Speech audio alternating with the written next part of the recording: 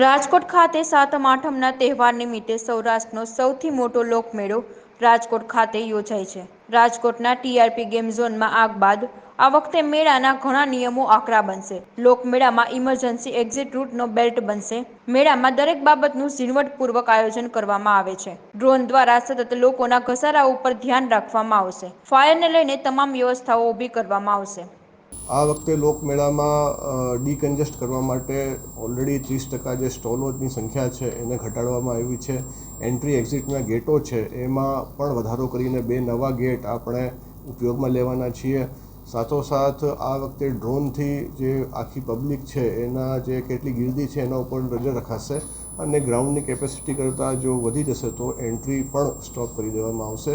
એટલે fire retardant, fire tenders, ફાયરના તમામ અગ્નિશામક જે યંત્રો છે એ સાથે ફેસિલિટી ઊભી કરવામાં આવશે।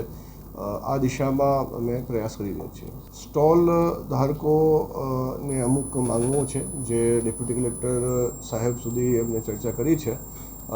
એમની સાથે વાટાઘાટો ચાલુ છે। એમની સાથે મિટિંગો યોજીને અમે કોઈ પણ ગેરસમજણ છે એ દૂર કરવા માટે તત્પર છીએ। અત્યાર સુધી રાઈડના ભાવમાં કોઈ વધારો કરવામાં આવેલો નથી।